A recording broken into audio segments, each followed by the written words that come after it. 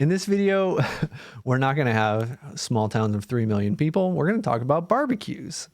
And specifically, we're going to revisit a concept from the first video of this section where we talked about something called, well, I didn't introduce it as such, but we talked about something that is actually called marginal cost. We're going to start with the definition. If C of X is the cost of producing X items or X units of something, then MC of X, which is the derivative of X, is what's known as the marginal cost at this production level.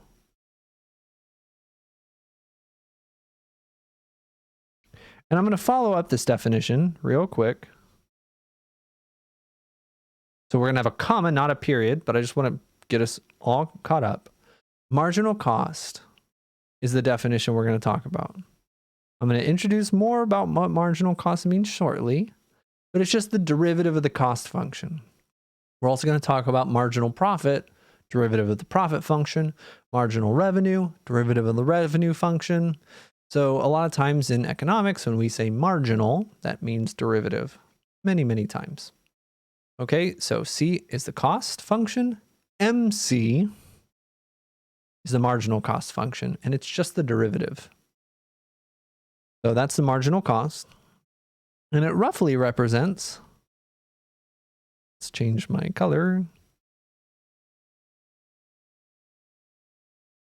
Roughly represents, for all intents and purposes, it roughly represents the additional cost of producing one more unit or item.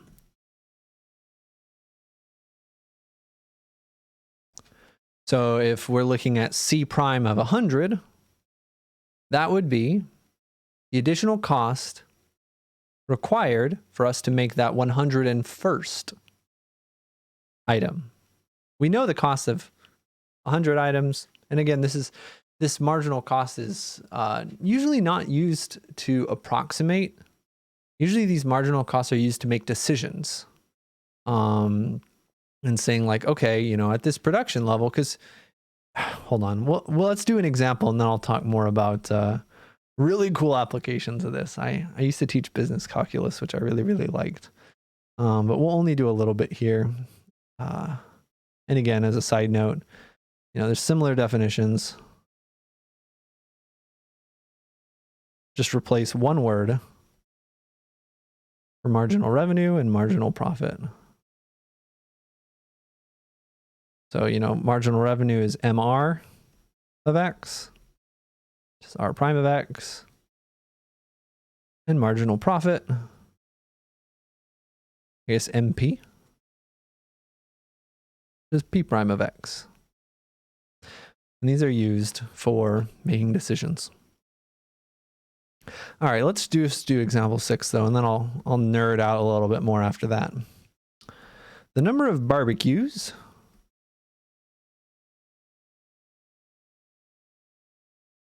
X that can be sold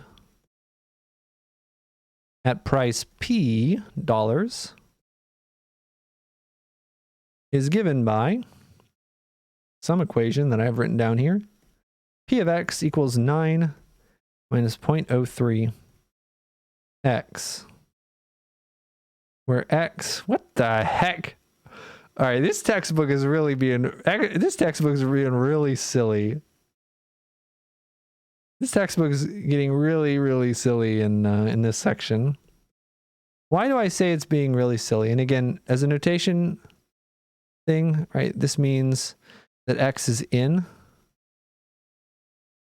that interval. So let's relate these two quantities. This says that if I'm a barbecue producer, a barbecue manufacturer, and I want to sell 10 barbecues, If I only want to sell 10 barbecues, I don't want to sell too many barbecues, only 10 barbecues, I could sell them at a price, you don't have to write this down. If I only wanted to sell 10 barbecues, I would sell each barbecue for $8.70. I've never bought a barbecue before, but I'm pretty sure you can't buy a barbecue for $8. The textbook is free, Jason. Take what we can get. But again, this is the relationship. These are like toy barbecues. They're not real barbecues. All right, fix it. Fixing the application. The number of toy barbecues that can be sold is this. So look at this function, this price function. This relates how many units does this toy company want to sell and what price do they have to charge to sell it? So the bigger X gets, right? The more and more things that this company wants to sell, they have to charge less. Right? The higher the price, the fewer people are going to buy. The lower the price, the more that people are going to buy. All right, and these are approximations. This is not real. Okay, this is not exactly what happens. The way that math is used in the real world is to approximate things. Okay, and to approximate things with a good enough approximation that we can make good decisions using mathematical analysis. Okay, and so this is a supply and demand, and cost and demand are pretty easy things to approximate with lines. And in a lot of situations, it's fine. Now, at the edge cases, 0 and 300, it's not as good of an approximation. But as long as this approximation is kind of formed in like the realm of like feasibility, the realm of, realistic production, like let's say this company usually sells like 100 or something, or 200, then the approximation's better, closer to that center interval. So these approximations are usually produced. They're created to make sense around where the company's already at. Okay. All right. So let's go. I haven't asked you literally anything yet. Just ranting. Use marginal revenue to estimate the additional revenue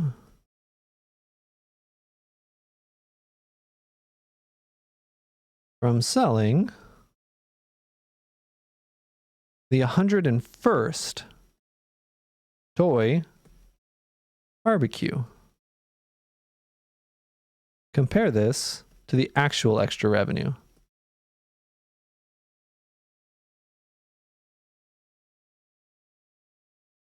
So again, in this case, this is one of these perfect cases where we know everything about the function. We can find everything out about the function. So we can compare the approximation with the reality. But a lot of times that's not the case, but this is good for, kind of being able to connect concepts. All right. Because the fact of the matter is the actual applications of a lot of this material is much messier and many more unknowns, a lot more approximations, and much more complicated. So they're hard. It's like the catch-22 of math. I want a good application, a good real life usage of these things, but I also want it to be instructive. I want you to be able to follow it without a 60-minute video on one problem. You want it to be useful, but not too complicated. So let's go. Use marginal revenue. I don't even need to read the rest of this problem to know what I need to do. Marginal revenue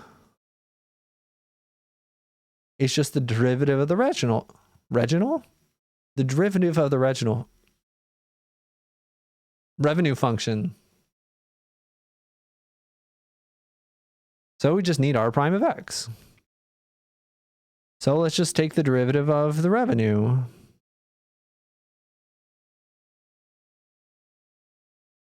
We don't have a revenue function. Oh no. We're taking the derivative of something we don't have. Don't worry, don't fret. Put your socks back on. What's the revenue? Well, look at what we're doing. We have X barbecues that are being sold at price P. If I sell 3 barbecues for $5 each, how much do I make? 15 bucks. Just multiply them together. If I sell 20 barbecues at $3 each, how much do I make? 60 bucks. Multiply them together. The revenue is just how many things are we selling times what are we selling them for. The revenue is R is X times P.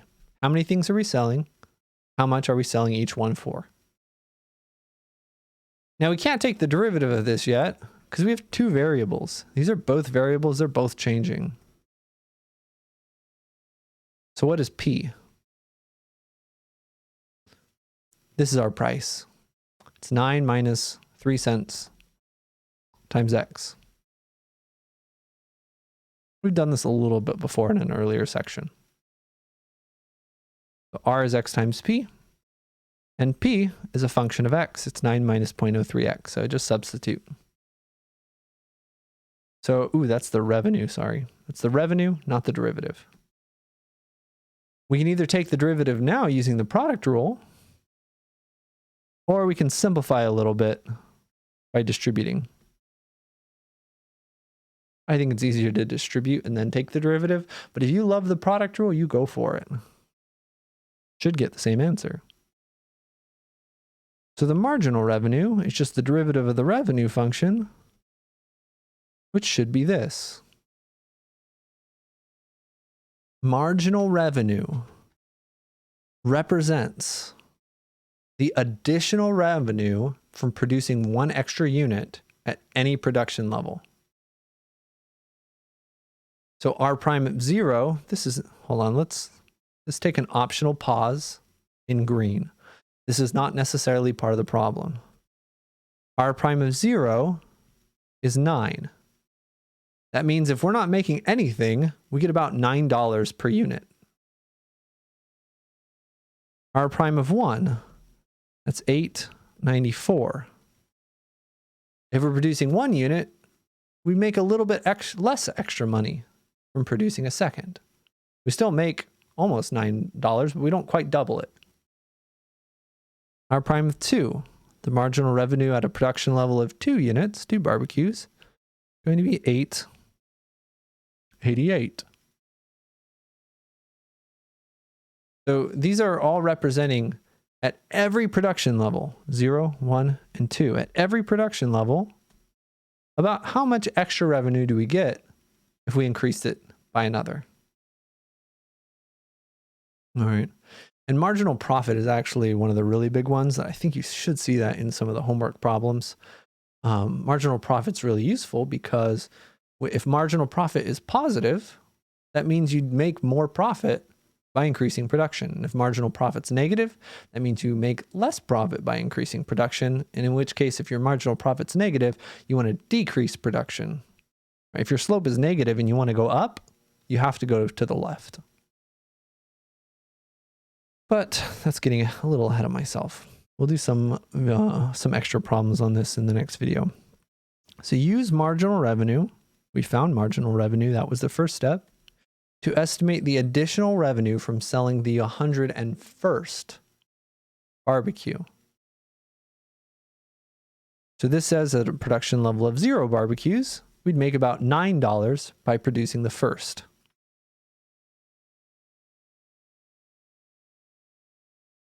Says we'd make about an extra $8.94 for producing one more than 1, the second barbecue. Then $8.88 for the third.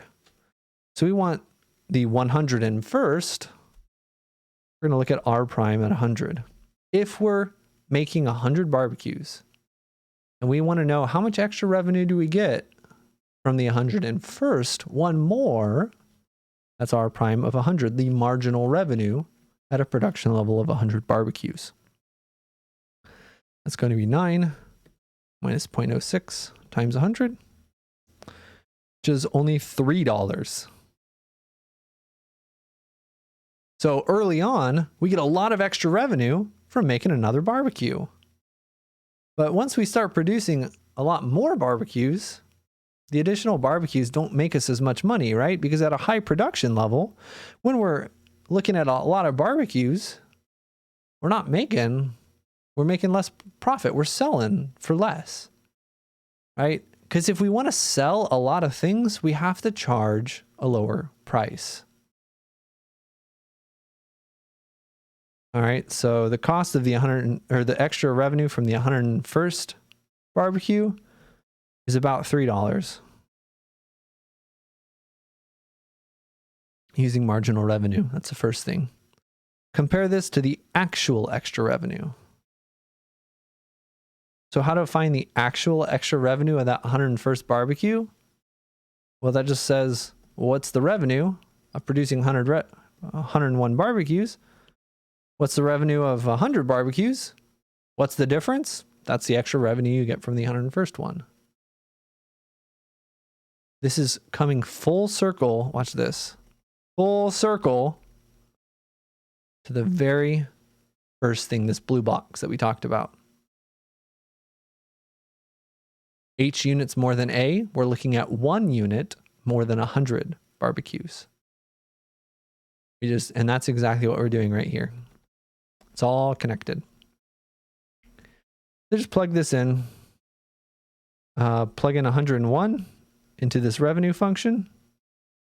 Plug in 101 into this. I've got no idea what that is. R of X equals 9 minus 0.06 times, oh wait, that's the marginal revenue. 9x minus 0.03x squared.